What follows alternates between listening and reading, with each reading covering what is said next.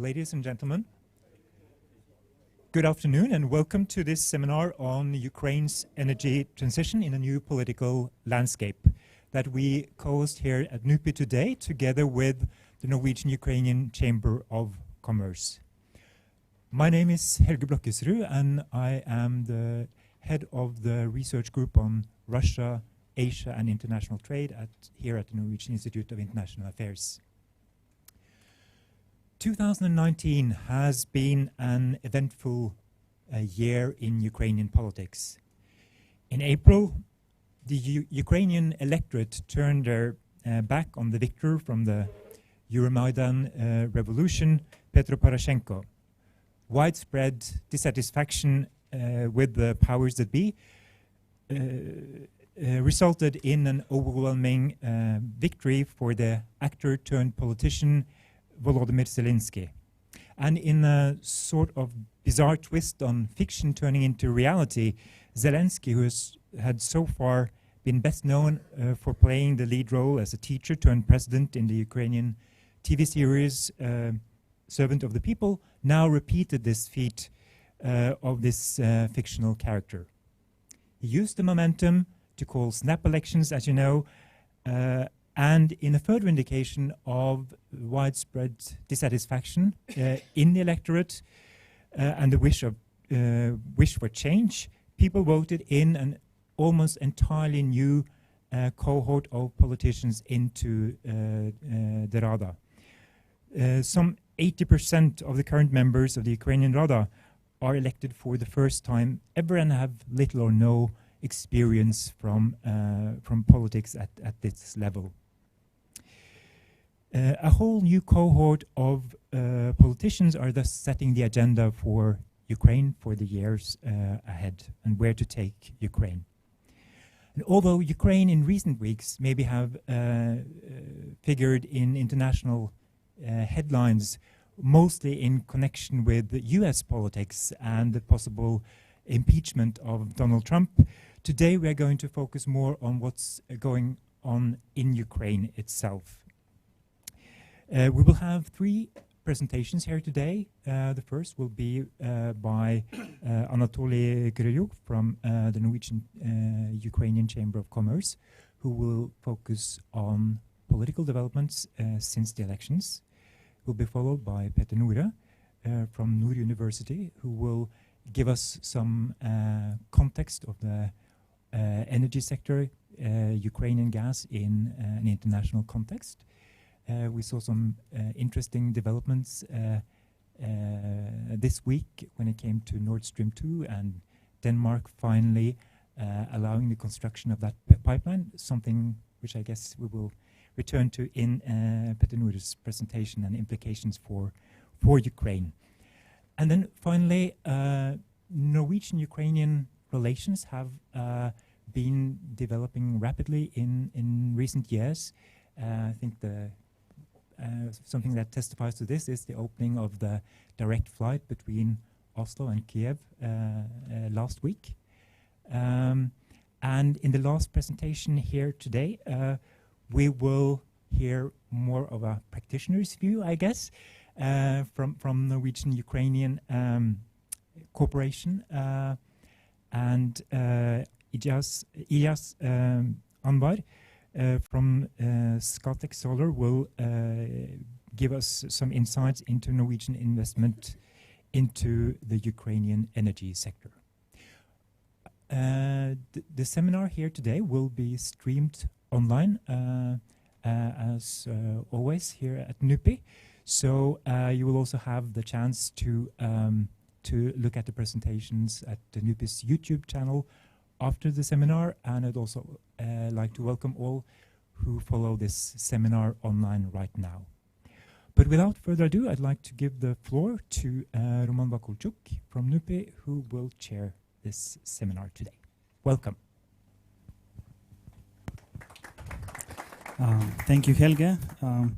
Thank you, everyone, for coming once again.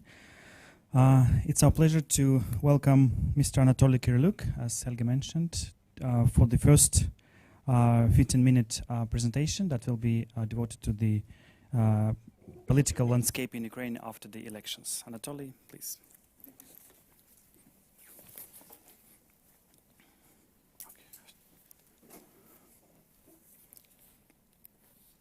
Yes. Thank you, Roman, for the introduction, and thank you, Nupi, for cooperation. We appreciate it very much. It is already actually the second time during the last 5 months when we opened this floor at Nupi to discuss what is happening in Ukraine. And it is because indeed a lot is happening in Ukraine since Volodymyr Zelensky decided to enter politics. He changed the political landscape in Ukraine dramatically. We used to see him in Ukraine for the last 20 years on the TV screens as comedian and actor and manager of one of the biggest film production groups. We used to see him smiling all those 20 years. He doesn't smile that much since he became the president for the last 5 months, though he has all the reasons still to be smiling, because at the presidential elections he got 73% of the votes in the second round, and one of his first decisions was to resolve the current parliament, and he had all the reasons for that.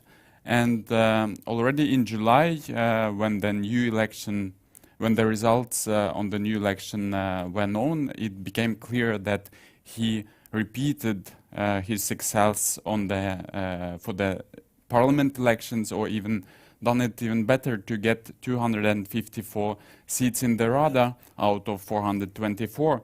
But then it should be, when the truth should be said, that he didn't get more than half of the votes in Ukraine on the parliamentary election. But this is due to the complicated election system in Ukraine, which is called mixed system, where half of the parliament is elected according to the party list and half of the parliament is elected according to the single seat constituencies. And ironically enough, when former president Petro Poroshenko was elected in 2014, one of his key promises was that he was going to change the election system and eliminate the single seat constituencies.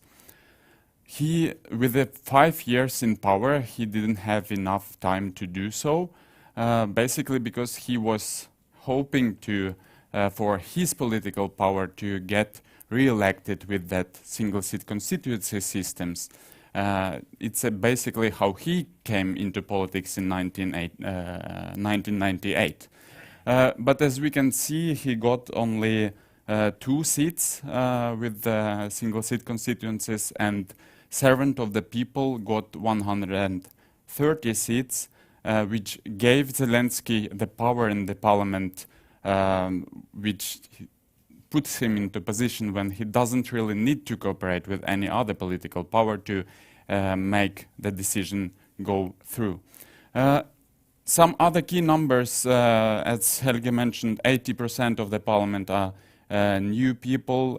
Then also the number of female representatives increased also to 25%, which is a record for the Ukrainian Rada. Compared to the previous Rada, it was 12.5%. Our parliament became much younger, actually 7 years younger. The average age for the parliament members is 41 years old. Then we got a new cabinet of ministers, and of course when people were voting for new people, both in the for the Rada, they had high expectations, and some people even started calling the new cabinet of ministers for cabinet of high expectations. And of course they have to work hard to live up to those expectations. Just to mention some of the key changes, in the previous government we had 25 ministers. Now they're trying to create better workflow between the ministers and downsize the number of ministers to 17 and combine some of the ministers. For instance, the Ministry of Ecology and Ministry of Energy is now one ministry.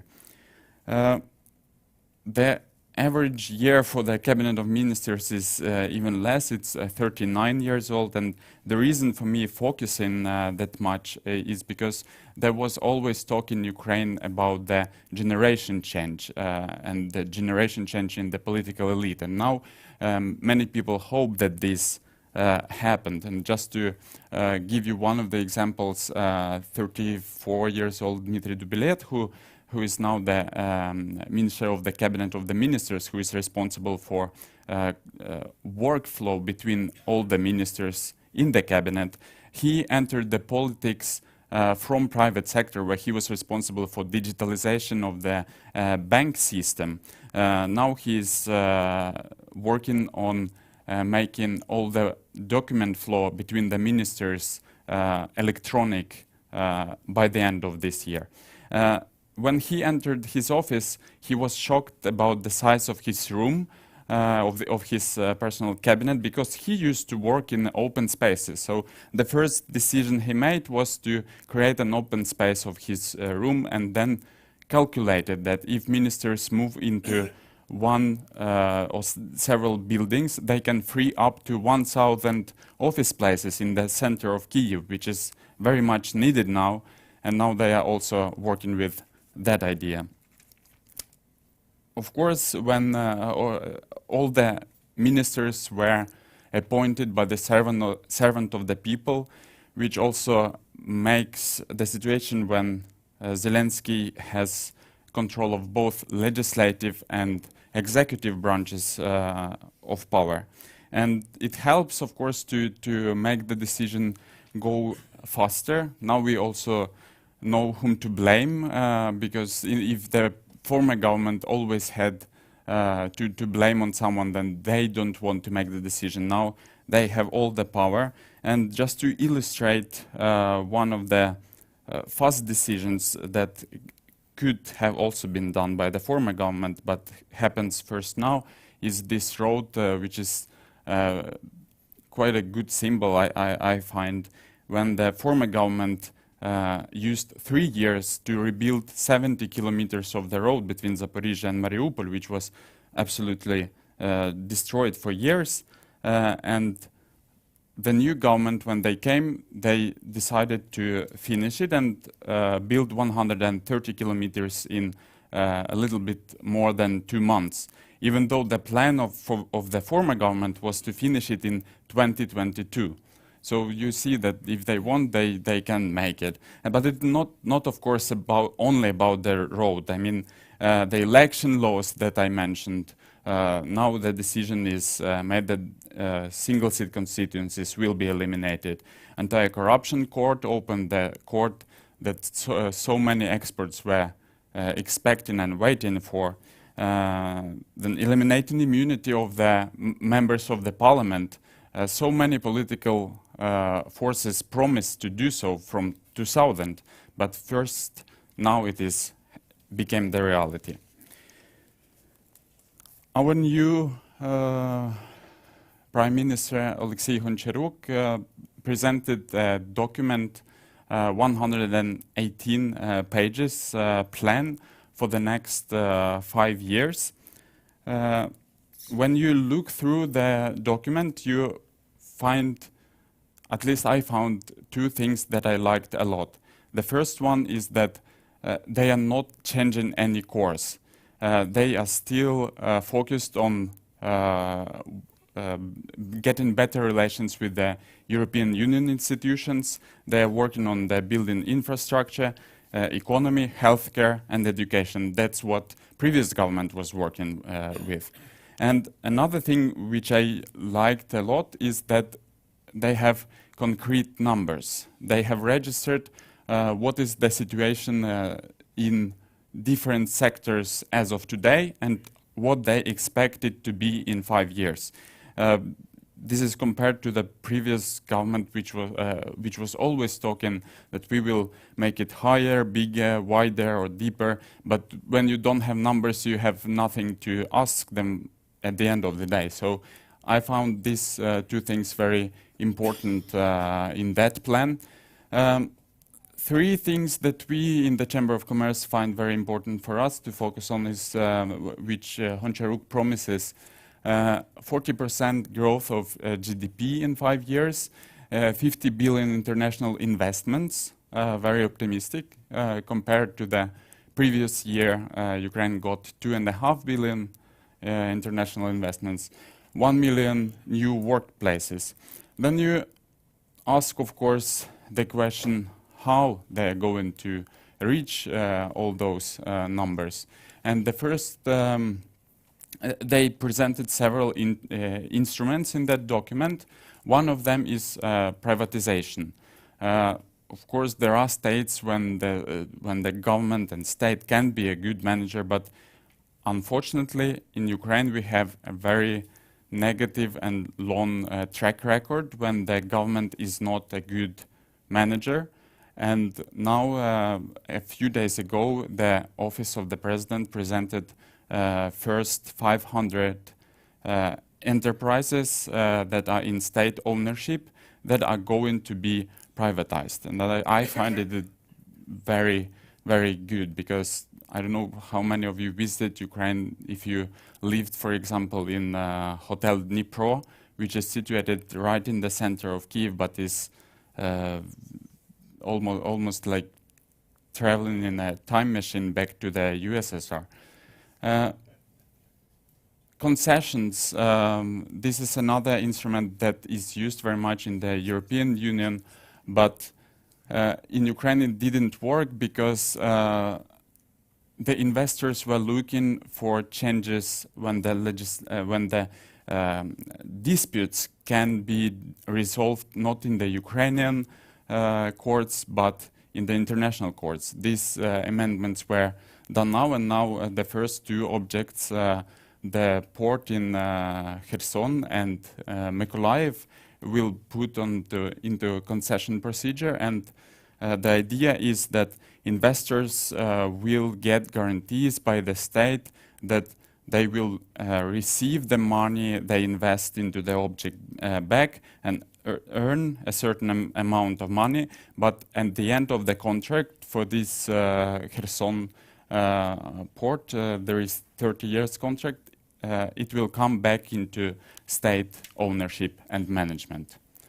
Energy efficiency, building infrastructure, the plan is to build 24,000 kilometers of roads in Ukraine. I know if I were to name one thing which is bad in Ukraine, I would say roads, because when you drive for half an hour, I get even more steps on my smartwatch than I go from Grönelöka to our central office. And then land market. Tom Cruise visited Kyiv and Lviv a month ago, looking for new locations to shoot films for film production. And by the way, the parliament made the amendments to the law, which so many people were also in the film production sector were waiting for, that the companies who shoot films in Ukraine, they can ask for tax refunds. And this is very good for the creative industry, because more investments would be expected in that sector.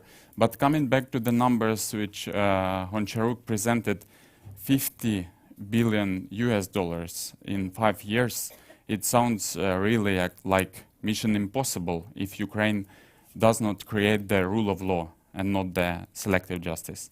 I think this is pretty much what I get in 10-15 minutes, but we will have the discussion after all. Thank you.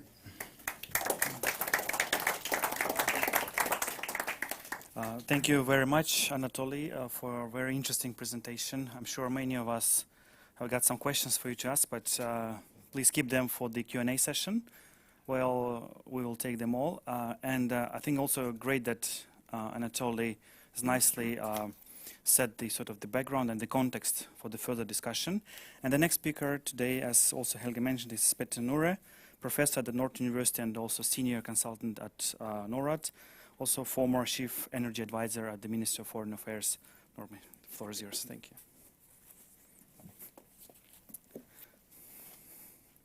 Will you switch switch it on, or shall I do it? Is it on? Fine, thanks. Fine, okay.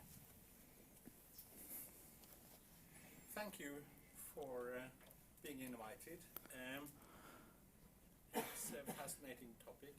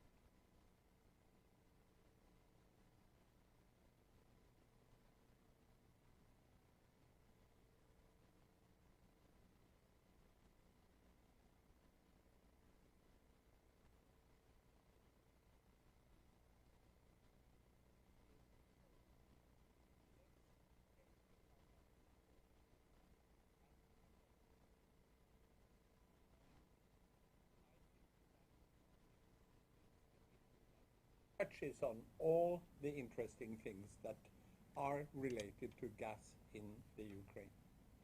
And so I will then start with simply reminding you of transit pipelines in Ukraine. Thank you. Which is what this Tripartite Commission is all about. Let's remind ourselves of a few things when we come to transit. It was the first place for international transit of Russian gas to Western Europe in 1970, about 4 BCM. And it has been steadily increasing since. Today it has a capacity of around 140 BCM. Last year Gazprom shipped 79 BCM, but as we all know, and I'll come back to that, how much will go through the network after a new deal is there is very difficult to say.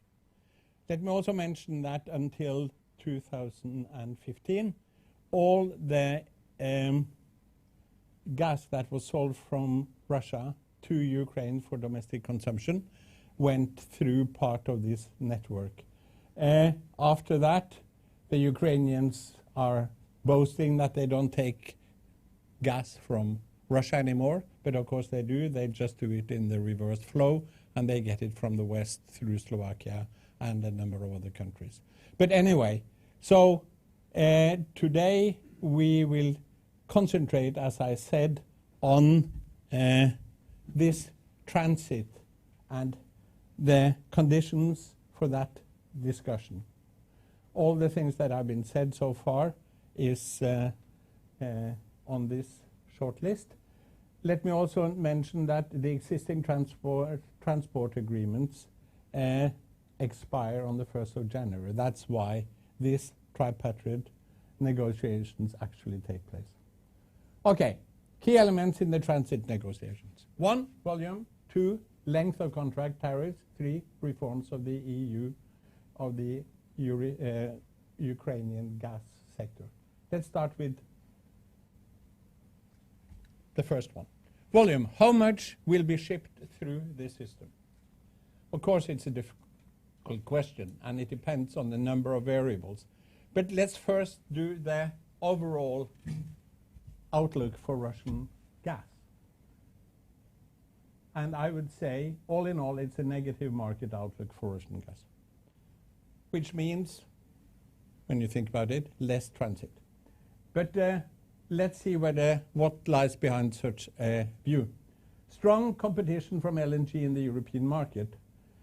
If you look at what has happened during the last year, it's a formidable market development. Especially North American LNG has come into Europe. It has slashed prices from $8 per million BTU to down to $3 per million BTU. And it's really, the Americans are willing to push gas into Europe at marginal costs which means that they are increasing market shares all the time. Okay? So on the whole, that's what affects the Russian share of the market negative. The overall size of the market is also negative. EU's decarbonization plans will reduce demand for all gas, Russian, Norwegian, Algerian, and LNG. But the pie becomes smaller, and the Russian part of that pie becomes smaller. That's a negative thing. So just have that in the back of your mind. But counterbalanced by this, there are some positive things for the Russians as well. Lower European gas production, which means that even if you have a flat, it's the only part of the world where you have a flat demand curve for natural gas, by the way. So even if it's flat, it can be positive for the exporters because the domestic consumption production is going down. And also, and here the Russians always come back to this, they have lots of spare capacity in the Yamal at very low costs. So they say the picture is not so bad, but it's possible to argue that it is pretty bad, which means low outcome if you are a cynical analyst about what will happen for the future. Okay? Now, let's go to Russia's gas pipeline ties to Europe. Okay? Go and look at the green thing, which nobody talks about. It's the Turkish pipe. It will be finished by the end of the year, and it will be commissioned in the beginning of next year. And people say, who cares? It's 31 BCM in capacity. Nord Stream 2 is 55. We are talking about a very important part of the game. And that goes under the radar. And if you look at the third line going through Ukraine, going down south towards Romania and the Balkans, that transit line will be substituted by Turkic stream and reverse flow, which means that you attack that market from the south, which means that basically there will be suddenly 30 BCM being lost of the transit pipeline that goes through Ukraine today. So out of the 79, 30 might sort of disappear almost straight away. So just bear in mind, people never talk about Turkish stream, but think about it. The blue one is the mother of all projects, Nord Stream 2. Okay? So I'll spend a little bit of time on that. Danish decision opens up for Nord Stream 2 startup in mid-2020. Basically, the Danes said you can cross over continental shelf, no problem, you don't have to go around. You don't have to sneak around down that corridor, you just go straight. It's 147 kilometers. There are three pipeline barges going at full speed at the moment. They lay 3 kilometers each every day, so it's about 10 kilometers a day. So basically, in a very short time, this project should make up this and take advantage of that decision. This has been officially a decision about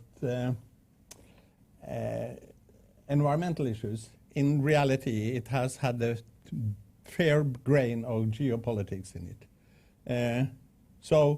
But now people seem to have said, fine, we have achieved one thing, and we have postponed the startup of this until 2020, so at least you have to have some serious negotiations in the transit.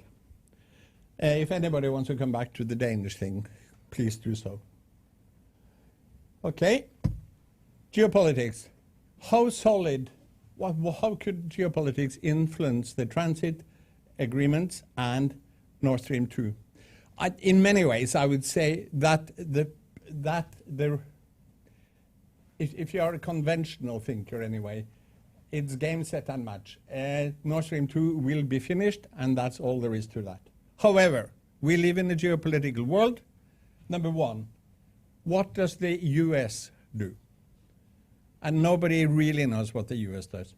They are putting forward the idea of energy hegemony in the world, and then people fasten their seatbelts and think, what is this? And then when you hear the rhetoric of all Americans about Nord Stream 2, you think that they are just about to drop something on that project. However, in August last year, Congress actually went for a law saying full sanctions on Nord Stream 2. What has happened? Nothing. Trump has not actually pushed that nuclear button, and the question is why? And here we can discuss, but this is, maybe it's just an expression of the uncertainty of Russian way of doing geopolitics these days. But anyway, if he pushes that, something will happen. It might not stop it, but it will put a hand grenade into the project. Okay? I'm not saying it will stop it. It will just, there will be some consequences anyway. Russia, it's a big discussion. We don't need to go into that one. Energy part of the foreign policy toolbox. End of story. But in the present day, there's one thing that is very much on Putin, Gazprom's mind, and that is, we are in for a pretty rough market perspective.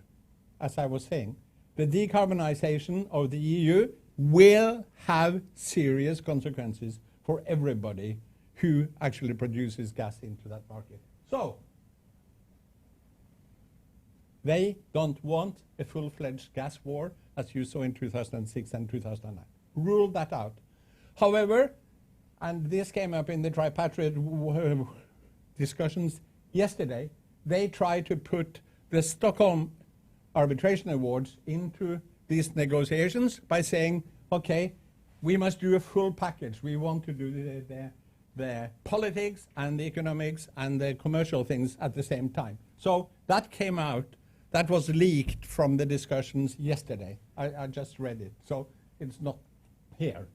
But bear that in mind. So Stockholm might actually sort of hover over all of this. Germany, oops, a commercial project, that's what they are saying.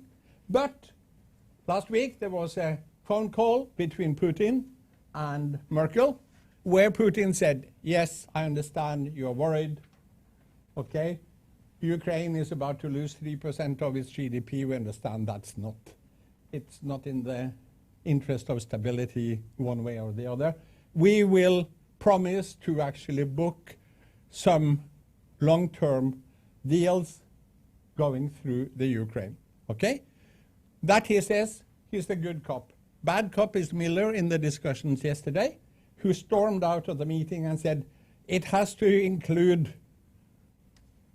Stockholm Arbit. It has to be part of the solution. And nobody else, of course, thought that was a very good idea. But it just shows that also the Russians have, maybe it's a good bargaining kind of situation, but it's also, again, that they might not be totally aligned as far as this is concerned. So, what does that lead us with?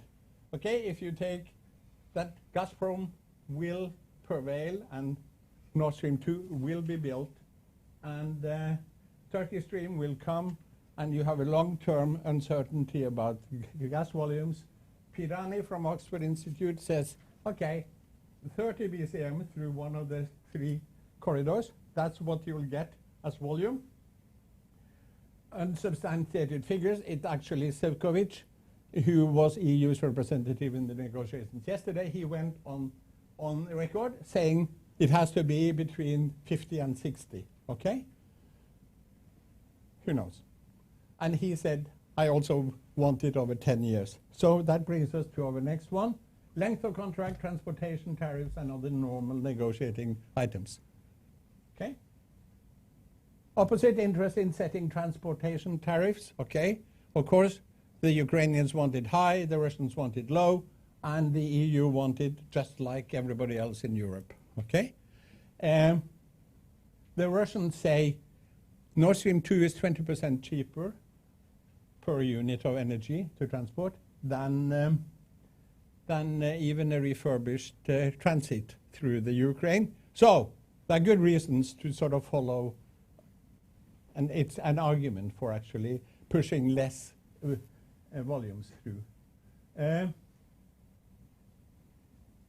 Ukraine wants 10 years.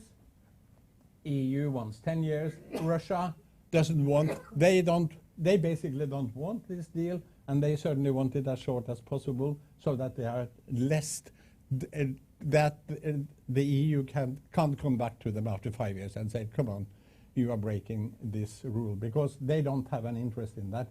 I think genuinely that they have understood that they have to make some kind of cooperation with the EU. And the EU, as I said, wants the new contract to be in line with the energy package 3. There is one element more, which is on the table, which is Ukrainian reforms of the gas sector. Now, unbundling and transmission system operators, the TSO. Let's take unbundling first. That's a big issue in Ukraine. It seems to have found some kind of a compromise between ownership unbundling and ICO, independent system operator bundling. So I think this is in the process of actually being solved. This is important because it's part and parcel of the EU's third energy package. And unless you get this thing going, the EU will never support you in the negotiations they are in the middle of. So that's unbundling. And the transmission system operators, if some of you remember, there was a lot of talk about half a year ago about having a Western TSO actually to guarantee that everything was fine. That has somewhat disappeared, and now there is an MGU, which is a kind of continuation of as a subsidiary of Naftogaz, a transportation company. The important thing about this, and this, I think this is moving in the right direction, but you never know. The independence of the system operator from Naftogaz has to be absolute, and the independent regulator must also be in place. Key takeaways. Sorry. Ownership of Nord Stream 2, would that be unbundled too? Let's come back to that. Key takeaways. Transit negotiations raise 3 interesting issues. Volumes, and I think Nord Stream 2 is a foregone conclusion, but you never know about the geopolitics of it, so keep an open mind. But Turkish Stream certainly is there. Length of contract and tariffs, and Ukrainian gas reform. These are 3 interrelated issues that come up, and you have to address and you have to understand. And so if any of you want to come back to any of these, I think the volume one is the most basic one. A future gas conflict between Ukraine and Russia is unlikely. These 3 parties have, after all, an interest in not making this blow up. So what you see now is a fairly standard negotiating disagreement between 3 parties. Of course, it's more serious than that. This is not like any Tom, Dick, and Harry kind of gas discussion, but it has to do about some basic things that all gas discussions actually go through. And since I've been negotiating gas contracts for 30 years of my life, I basically should know what I'm talking about. But maybe you don't have a contract by January 1st, but you might have a basic understanding. Uncertainties, never underestimate what Trump can do. He will not stop this, but it can actually make a lot of noise if he plays his card. I think it's too late now. I really think if he tried to hide behind Denmark, but the Danes actually decided enough was enough, and no, I think this will be completed. The geopolitics, as I said, of the US and Russia is an important thing which you still should think about as an uncertainty. The market outlook for gas in Europe as a decarbonized energy system is a long-term thing, and domestic dynamics in the Ukraine can also upset. Let's assume that the negotiators come back with 30 BCM, I'm sure that lots of people in Ukraine will not be amused by such a figure. And then, last but not least, all of these contracts consist of a myriad of small single things that none of you think are very important, but which actually are to actually settle a final deal. So those can go wrong. Thanks.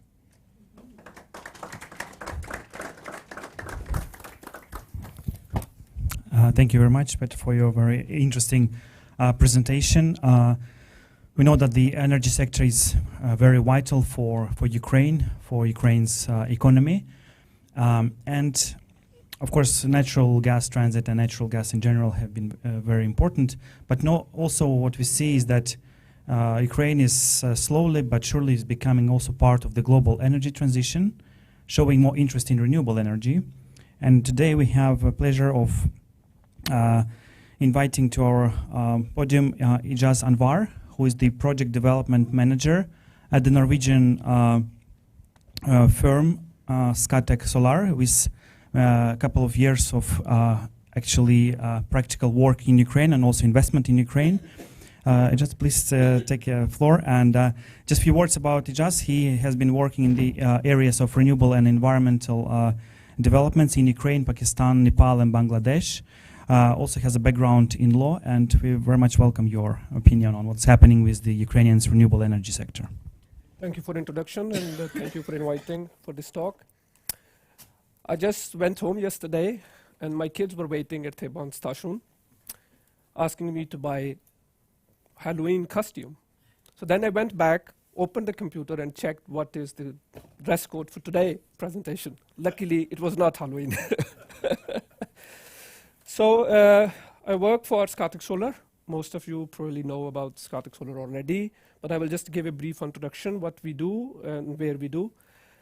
We are an independent power producer. We develop, construct, finance, own, and operate solar power plants across the globe. Can you just move to the next slide?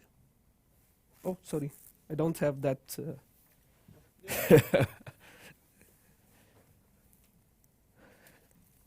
Yeah, so we start project development from origination and take it to the very end, to the ownership. We finance, construct, operate, and maintain solar power plants across the globe. We have a big portfolio where we have 1.9 gigawatt of solar PV projects in construction or in operation phase. More than 1 gigawatt is in operation, and rest is under construction, including a big portfolio in Ukraine. We have a backlog and pipeline of more than 5 gigawatts. Backlog, we say when we are 80% certain that this project will materialize, that we put into backlog, and the project which has more than 50% of likelihood of success, that is the pipeline. We now have around 320 employees across the globe, and we have 15 countries where we have our presence across 4 continents. So our growth target is that by 2021, we aim to have 4.5 gigawatts of installed capacity, which means in operation or in construction, and thereafter 1.5 gigawatt every year from 2022. To meet that target, here is a sketch of where our current backlog and pipeline is. In all 4 continents, Europe, Latin America, Africa, and Southeast Asia is where our major hubs are, and as well as our portfolio is. These are some pics of our operational and under construction assets. As you see, Egypt is our biggest hub, where we have recently completed 390 megawatts of solar PV with a very new technology that is bifacial trackers, meaning thereby that tracker would absorb solar light from both sides, from the top and reflected light from the down side. We also have around 200 megawatts in operation in Malaysia, same in South Africa, a big project, one single site project of 162 megawatts in Brazil, where we have Equinor as our partner. Honduras, we have 95 megawatts. Ukraine, we achieved our first commercial operations for one of our projects in southern part of Ukraine, 47 megawatts. We have operational assets in Jordan, Mozambique, Czech Republic, and Rwanda. As I said, our biggest portfolio under construction is in Ukraine, which comprises 4 projects under construction. South Africa is also the second one, where we have additional 3 projects of around 86 megawatts each in construction in Argentina and then Malaysia. In Ukraine, we started our journey in Ukraine in early 2017, and I remember that first meeting on Ukraine took place in Petr Nure's office at the Ministry of Foreign Affairs, where we had some insight on the energy market, especially on renewables, from a renowned lawyer from Clifford Chance.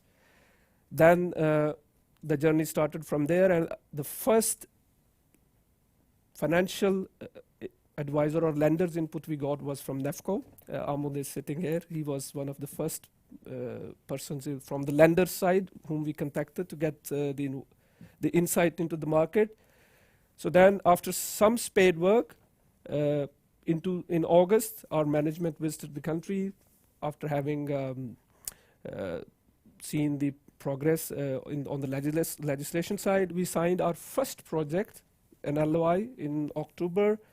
Then in May, it has been, since then, it has been a very rapid growth, both in terms of the portfolio and in terms of the employees and the office we established there. We established an office in May. We took over shares in first 2 projects in June, one of which is in operation now, and the other one is close to completion. Then, continuing thereon, we achieved our first financial close for 2 of our projects, the same 80 megawatt in December last year. And now in June then, we also achieved financial close for another 3 projects, one of which is also financed by the very good NEFCO. Then now we achieved our first commercial operations in August. This is how our portfolio looks. We have 100% stake in 3 under construction projects, 2 under construction and 1 under development project, 60% into under construction projects, and 51% in one of our operational assets. Yeah. So far, we have been able to raise 4.7 billion NOK of capex, out of which 2.3 billion NOK is project finance. Rest is equity raised from our own shareholders. So as you can see, there is a long spread of different banks which we have been able to pull into our projects. First of our project was financed by EBRD and BSTDB. In second, we were able to loop in FMO as well, who is also B lender here as well as an equity partner. Then in third project, we had EBRD, NEFCO, and a new bank entering Ukraine, Swedfund. It's a Swedish fund. In third project, we also had FMO as leader, but then GIEC and Green for Growth Fund added. And then in fourth project, we have construction finance from Power China. And there are some reasons to that why we were not able to pull in DFIs in that transactions. I'll come to that later. These are some visuals of our under construction and operational assets in Ukraine. So Ukraine has been a very interesting market for us. We have seen a rapid growth, not just for us, but other competitors of ours entered into market and have been able to have developed some projects. But Ukraine is attractive market in many respects. It is opening up for future investments. It's coming closer to Europe. There is political will in Europe as well to put more investments in to bring it. And then, as mentioned by one of our speakers, that they are opening up the energy market as well. So they had a green tariff, which was very attractive at the outset. investment was available. EBRD was one of the leading investors in Ukraine. Then we also had FMO, NEFCO, NEFCO was already investing in renewables and more on the development projects, infrastructure projects. And as you can see that in last 3 years, when we started, it was at around 74 or 75 ranking in ease of doing business. It gradually improved in last 2 years and in the recent report, it has gone up by 6 to 64. After having decided to enter, there were some happy surprises and there were some challenges which we saw. Coming to happy surprises, that during this period from 2017 to up until now, there has been a lot of regulation has been eased on the financial or banking side. Currency controls have been eased.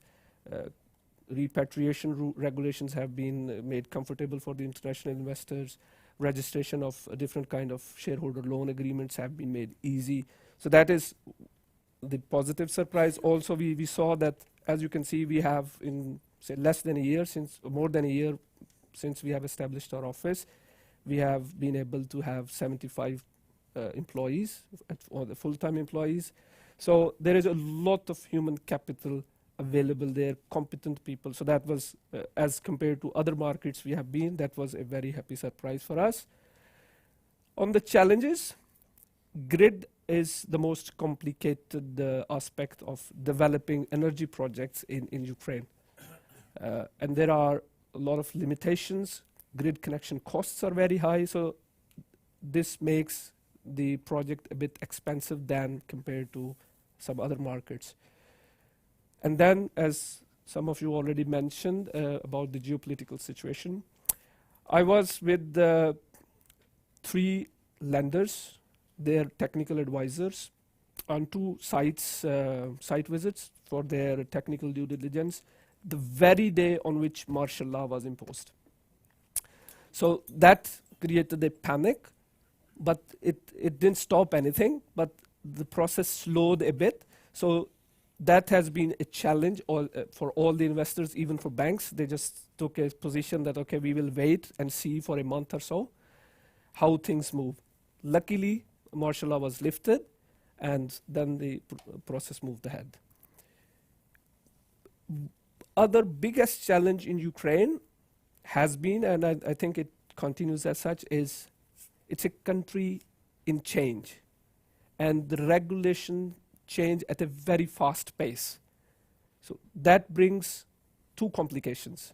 One is that once a change happens in a regulation, the authorities or the departments which have to implement those changes are not trained enough or doesn't have the enough information to make that implementation. So there is a pause. For example, I gave the example of shareholders loan registration agreement registration. First, National Bank of Ukraine was the authority who registered those. That requirement was removed, so made it easier to register. But there was a time lag between the implementation and actual implementation, like 1 or 2 months, where the servicing banks were not trained enough, were not bold enough to get those agreements registered. So on the one side, the change was positive, but then the implementation phase, the gray area between the implementation date and actual implementation, was an area which needed improvement. The second challenge it brings is that legislations and regulations are interlinked. So while the authorities change one regulation, they forget to change the connected legislation. So for example, on environmental side, there are 2 legislation requiring the same environmental study. You have to do the same thing twice, but you have to get totally separate approval processes. Because one legislation was introduced, not changing the other legislation. So that has been one of the challenging areas as well. So once again, thanks for inviting, and I'm open for any questions when the question answer session opens. Thank you.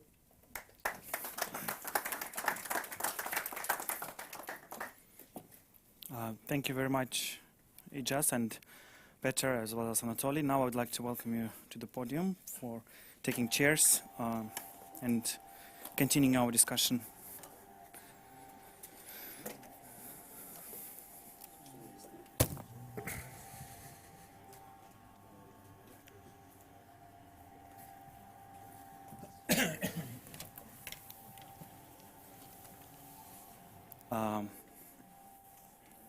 Right.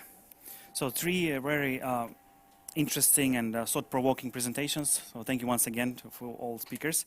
And I think we would like to organize it as interactive as possible. And of course, great if you could then think of your questions that you can ask. But if you don't mind, also as a chair, I would like just to take this opportunity and maybe set the discussion tone a bit.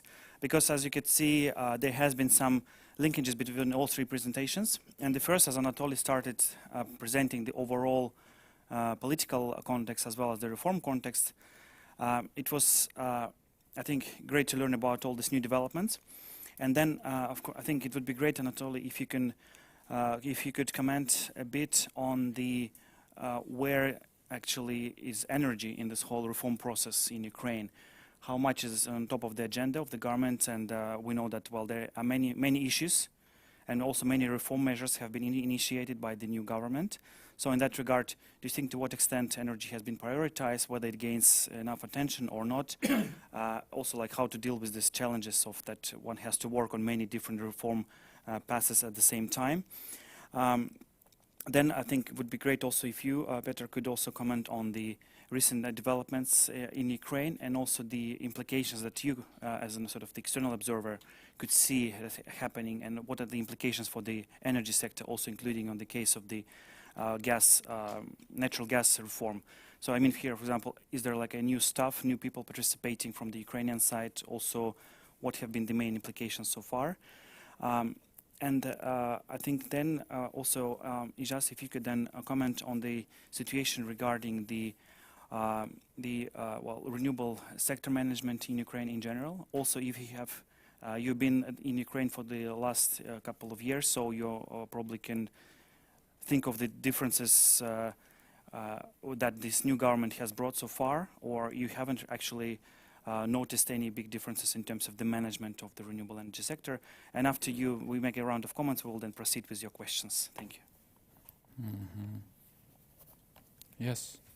Well, of course, I mean, like in most of the countries, energy is something that people don't even think about. They just put their mobile phone on the charger or put their coffee machine. But in Ukraine, energy has been always a politicized question. Therefore, of course, the energy will be on the agenda of the current government. And but to look at the things like you started mentioning, yes, I was very happy that the new cabinet of ministers started with, for example, combining the Ministry of Environment and Ministry of Energy into one institution, because it makes things go faster. So they are, of course, aware of that. And another thing, when it comes to renewables, we should put it into context that in 2012, only less than 2% of the all energy produced in Ukraine were coming from renewables. And now Ukraine has declared that in 2035 we will have 25%. It means that the regulation and framework should be put in place if the number of the energy generated by the renewable actors is increasing. And then the last thing, which I think always about visiting like energy, especially gas and oil forums in Ukraine, which is very like traditional sector, and we should be honest that energy sector in Ukraine used to be one of the most corrupted sectors in Ukraine. And we could remember the situations when very often the companies applying for the license or permission to extract gas or oil in Ukraine, we could see the situation when the companies existing on the paper were getting those permissions, but they had no facilities to extract gas, but they were interested to sell those permissions further to the companies that were actually extracting gas. This is something that should be changed, and I was very happy to follow in these changes in Ukraine the last years, and I hope that we will see more of the transparent tenders where also international companies can participate and win the things. And the last thing is also greed in Ukraine. Now we have also heard from the government that they are very much interested to put the greed also for the international investors, maybe on the concession agreements and so on, because greed is something that it's like a bottleneck in Ukraine for the energy for many projects, and I was happy that they are putting that also on the agenda. Thank you, I think that the new government is not working on anything that is new as such. I mean, you're still working on the same old important things like energy efficiency. You're working on the unbundling issue. You're working on the transport operator. You are working on reforming the electricity sector. So from that point of view, I see nothing that hasn't been there before that really is what they are interested in. Or so the point is, and the real thing is, do they make a difference in carrying out the policies that actually you have identified? And that's the big thing. And the answer is yes, but it's early days, and I will not be that sort of say that, you know, the world has transformed itself. I mean, as somebody said, you don't one day sort of elect somebody else, a new person, and then next day you wake up in Germany. I mean, things don't happen like that. So I mean, so let's give this thing some time, but I think that there are lots of important and good kind of directions and tidbits of information that's coming out, and I think taking corruption seriously is something that, you know, it probably is the mother of everything. So, but again, you know, it's going to take 10 years. So that's my first sort of observation. The second one is maybe in what I was talking about, the sort of highly politicized global politics of transit agreement through the Ukraine and Nord Stream 2. I mean, because this is what we are talking about. No, we are not talking about sort of small little things, I mean, or incremental change. No, we are talking about the big thing. And I feel that from a geopolitical point of view, I think that the way that the new administration is approaching the whole question of war and peace will have some kind of a spillover effects on what actually is happening in the negotiations between the Ukrainians and the Russians in the transit agreements. I cannot, I mean, I see that the sort of so that's just my hunch. And of course I don't have a proof of that. But I mean, things have changed. I mean, you know, Putin has committed to some kind of serious transit volumes. But of course the devil is in the details. What will be the tariffs? What will be the sort of take-or-pay conditions?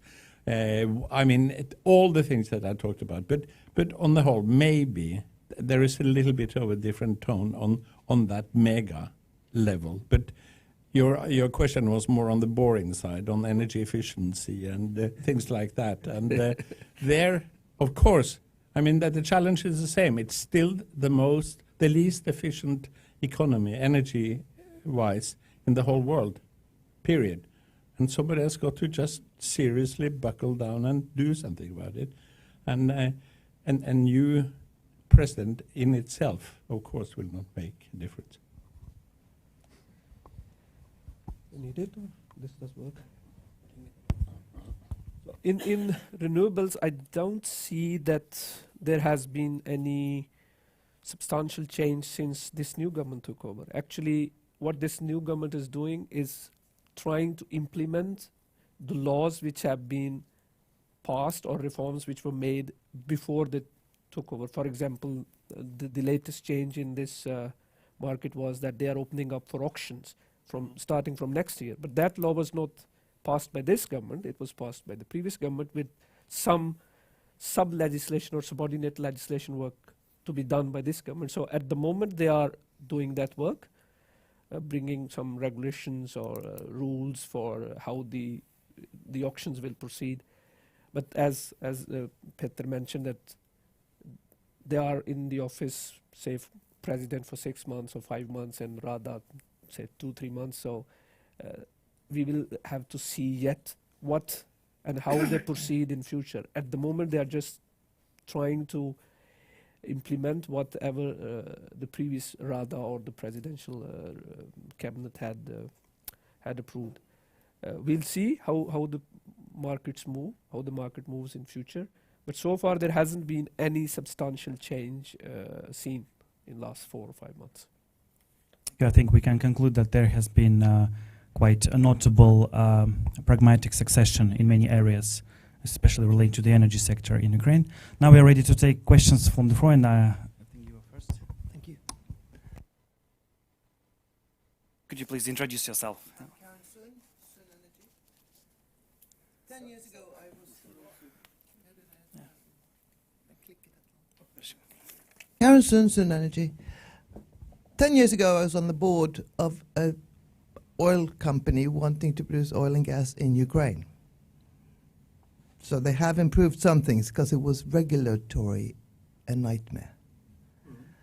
I'm inspired by young Jakub, who has written a book on how Nordics can learn from lessons from Ukraine. And there are several things, and I think one of the most interesting and important ones to learn, which is at the core of what we're talking about here, is if and when demand falls, pipelines have a problem. Europe keeps building new pipelines, and some will be not full. Pipelines are made for being full baseload. Remember that in the 90s, Burkhard Bergman, who was head of Ruhrgas, bought a few shares in Gazprom. He and Vyakarev agreed that a direct route to Germany was best.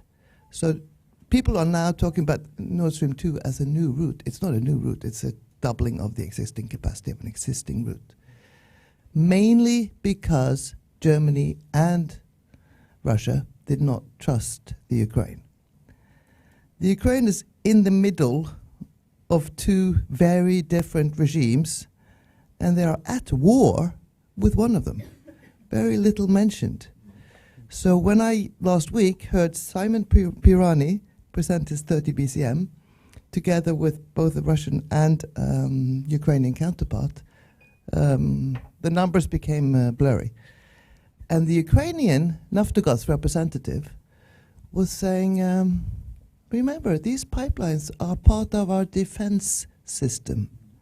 If no one in Russia needs them anymore, easier to bomb. Scary. Or that was an argument. And then she says, you in the EU, you have your rules for how to tariff pipelines. The flow is little, so even if we have cost reflective, which is what the EU wants them to have, the tariff becomes really, really high. The system was made for natural monopolies. It's not anymore. So when the first Nord Stream 2 Nord Stream was planned, Germany or the rest of the EU didn't really notice or care about it because they were thinking about themselves. Now they have members and friends further east, And I'm not surprised that Merkel wants to be kind to them and say, let's take a little bit through the Ukraine. But it is a challenge. What should tariffs be? It's also a challenge that still in the Ukraine, it's almost Soviet prices on households and other retail. So it's political in that they want to have be nice to their voters. But if the import price already is higher than the retail price, and then you add high tariffs, it's a problem. So basically, Naftogaz is saying we need money to run this pipeline. And you in the EU should be happy if we can keep it going and we have all the storage and stuff. So they're selling their story.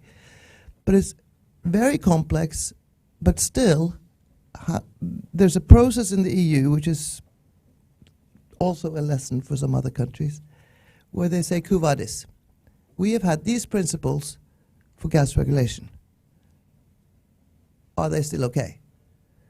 And together with Oxford, we suggested something saying, one entry, one exit. It would be simpler, and then what do you do? What do investors do?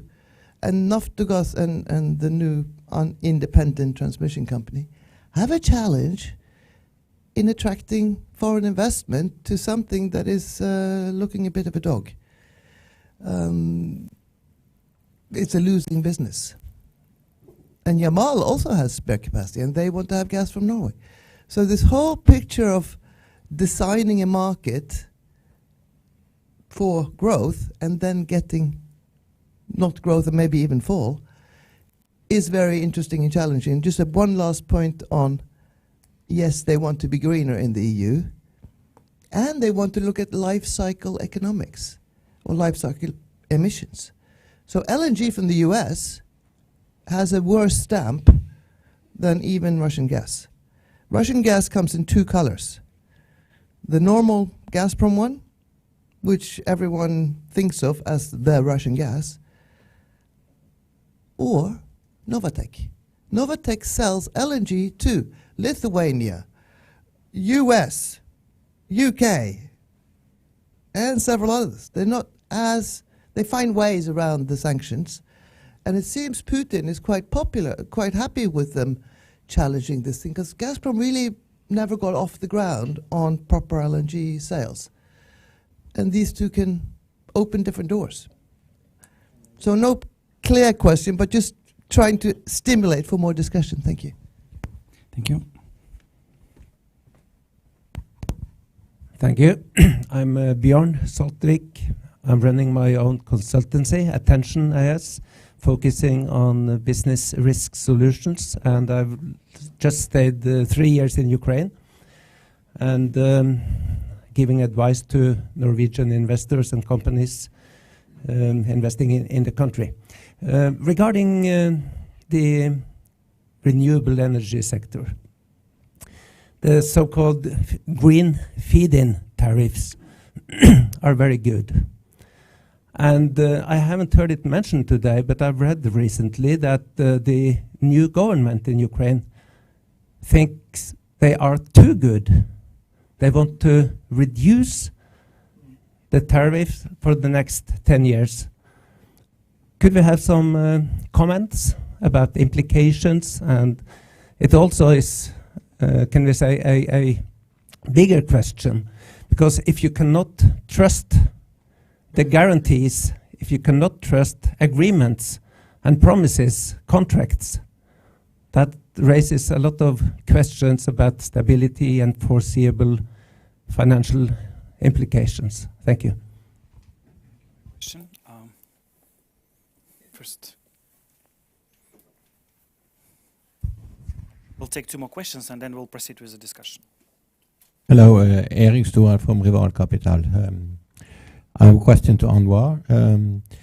On your solar project in Ukraine, did you develop the project from scratch yourself? What is the land arrangement and what is the electricity selling price arrangements for those projects?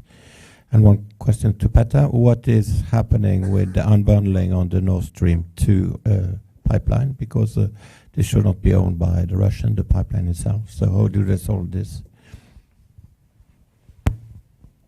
And one more question. I also don't have really a question, but an addition or comment on another aspect of Ukrainian-Norwegian energy cooperation on reducing the carbon footprint from Ukraine's gas operations, Ukrainian gas company Naftagaz. My name is Olga Sanzada. I represent Carbon Limits, and we work with Naftagaz on reducing their emissions from methane. And we actually have to thank Petter Nora for starting this work, Norwegian-Ukrainian cooperation on energy.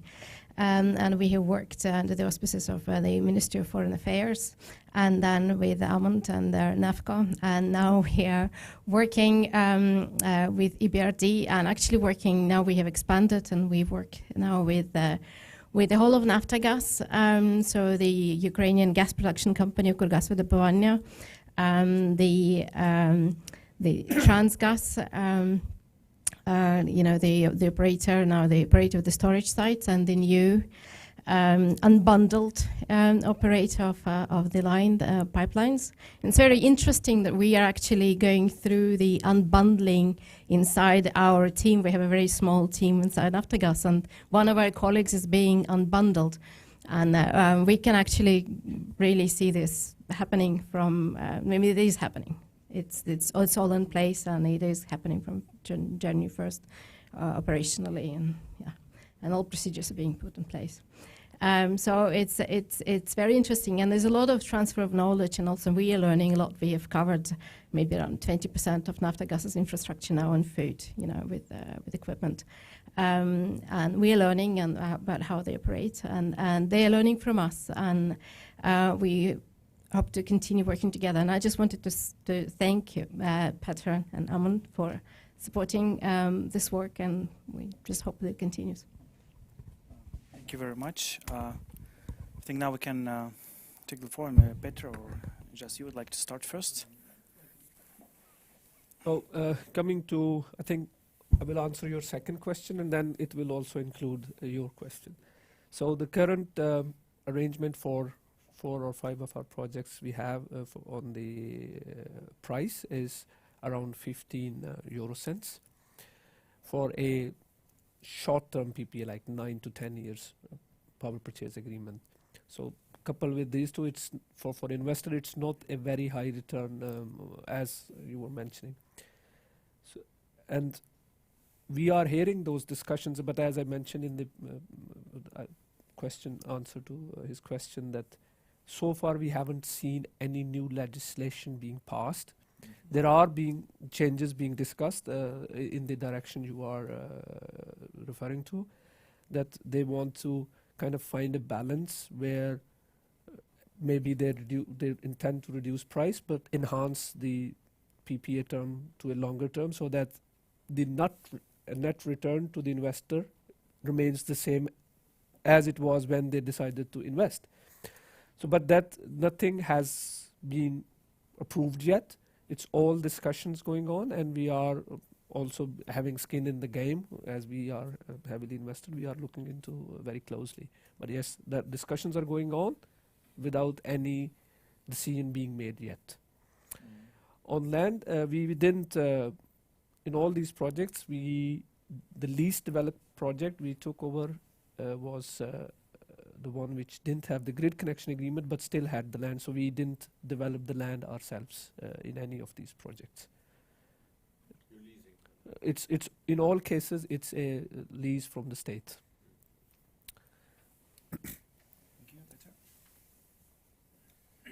I think the question of tariffs for renewables is very important, and everybody saw this thing coming. Because it's a classic thing. A government actually gives very generous terms to get the first investors on the hook, and then the point is, are you going to let a number of companies basically get a nice piece of return? Or how fast do you actually sort of tighten the terms?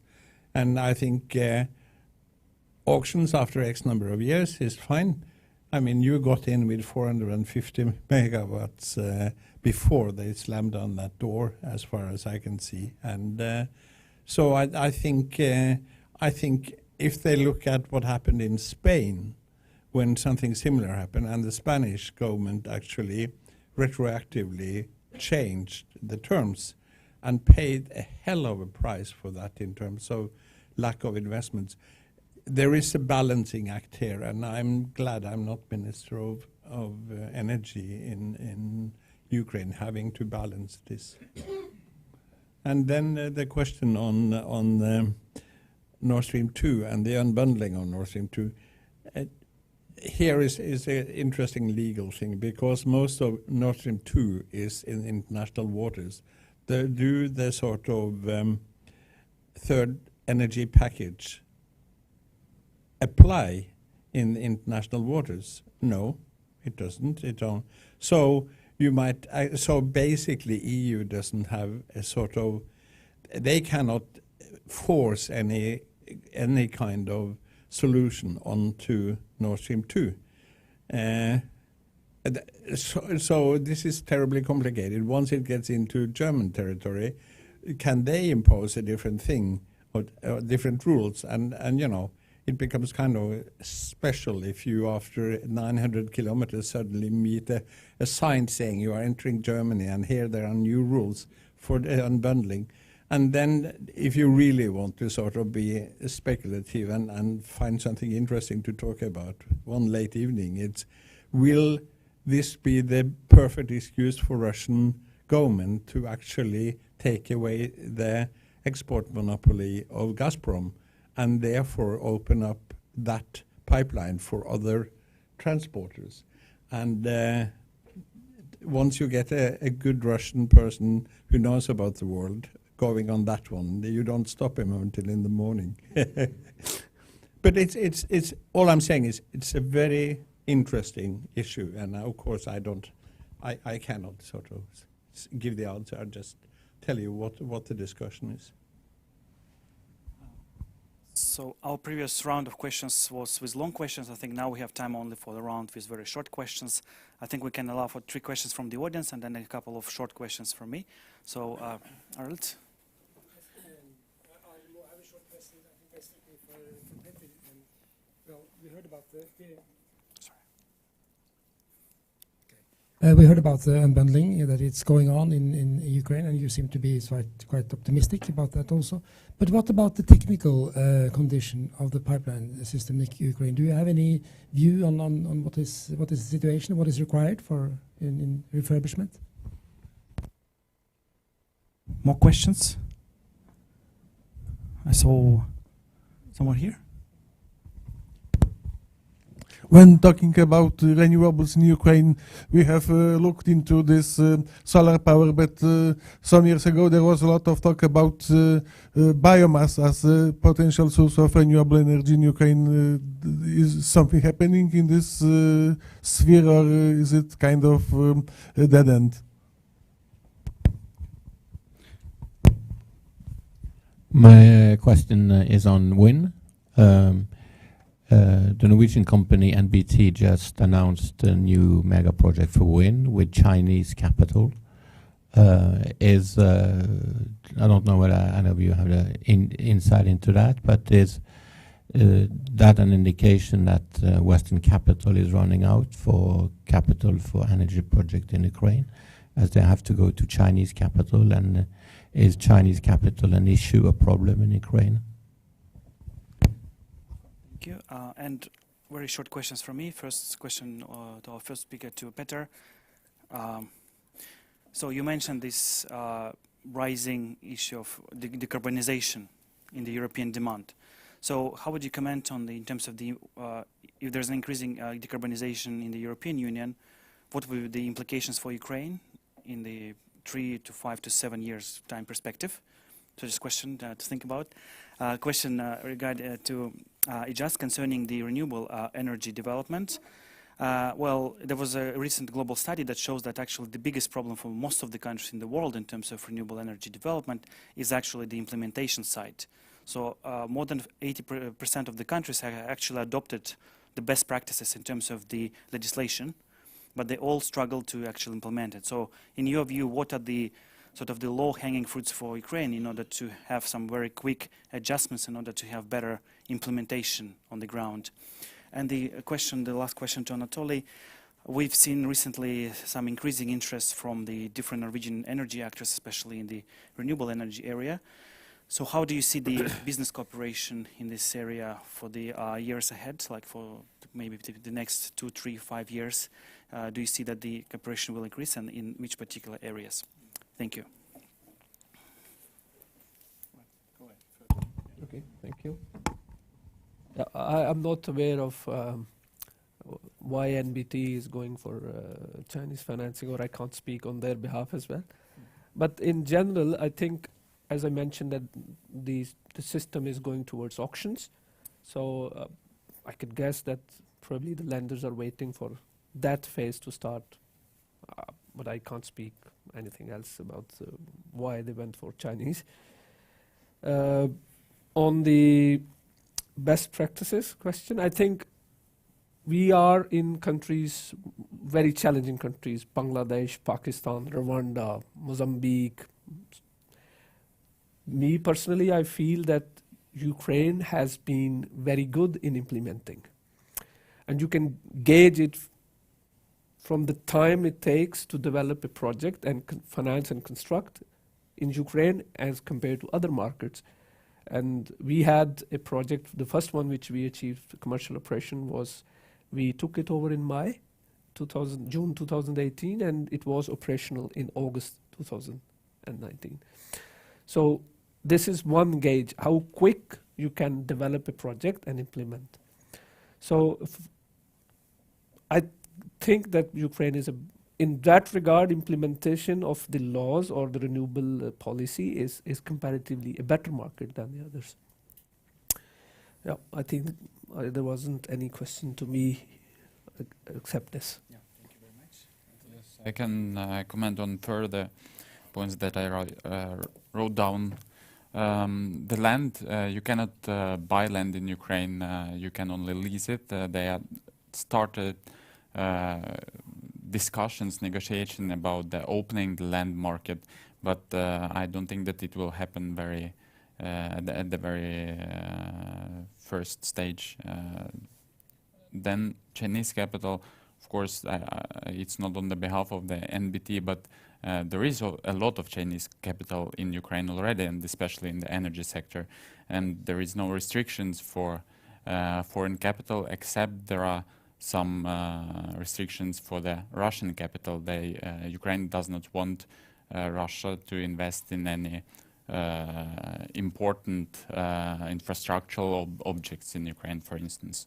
Regarding the bioenergy, Jakob, it didn't go that well as the wind and solar energy, simply because it is very costly, but you get very little energy. So there are some small projects in Ukraine, but it is much easier to build a 50 megawatt solar park than to get the same amount of energy out of biomass. But I think that in taking the starting point that Ukraine has very good position for developing biomass energy as well, I think it will come.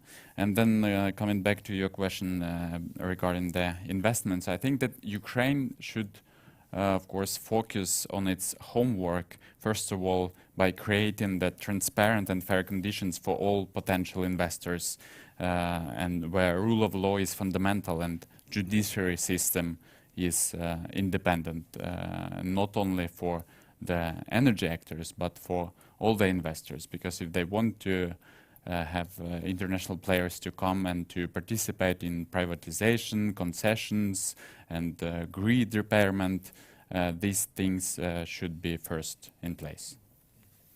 Thank you. And Peter, please. Very quickly on the state of the transit system.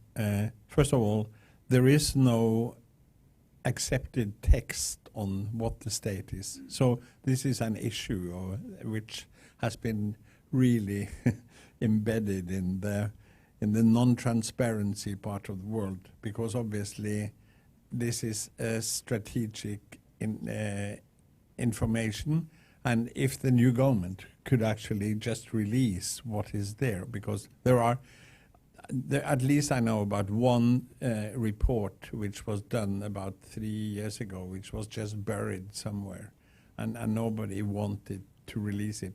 And people have different views on this. So don't believe for a second any of the figures that you hear from anybody. Just wait for a sort of baseline that somebody has to come out with soon. I think even the Ukrainians themselves have given up maintaining the southern line, because they see that Turkish Stream will actually eat up that one. So there are very clear single instances where they have refused to replace equipment that would keep that alive. So that's dead. And so if you are then talking about, are you going to maintain one or two of the lines, that depends on what volume you end up with in the transit agreement. And three, it goes back, as I said during my talk, to the tariffs, the transportation tariffs. EU lets into that transportation tariff a soft part go to refurbishment and new investments. Of course, the Ukrainians want a high degree of extra for that. EU has said that they are willing to actually give a very soft loan to Ukraine to actually do that. So, as everything else in the world, it's a combination of politics and commercial issues. Thank you very much, Petra, and everyone. I think now we can start with a big applause to our speakers. It was a really great discussion to have you all here. I hope we'll meet again on another occasion soon to discuss some more new developments in the energy sector. I think now we can all proceed to the area with coffee break on the right side of this audience, on the left side from you.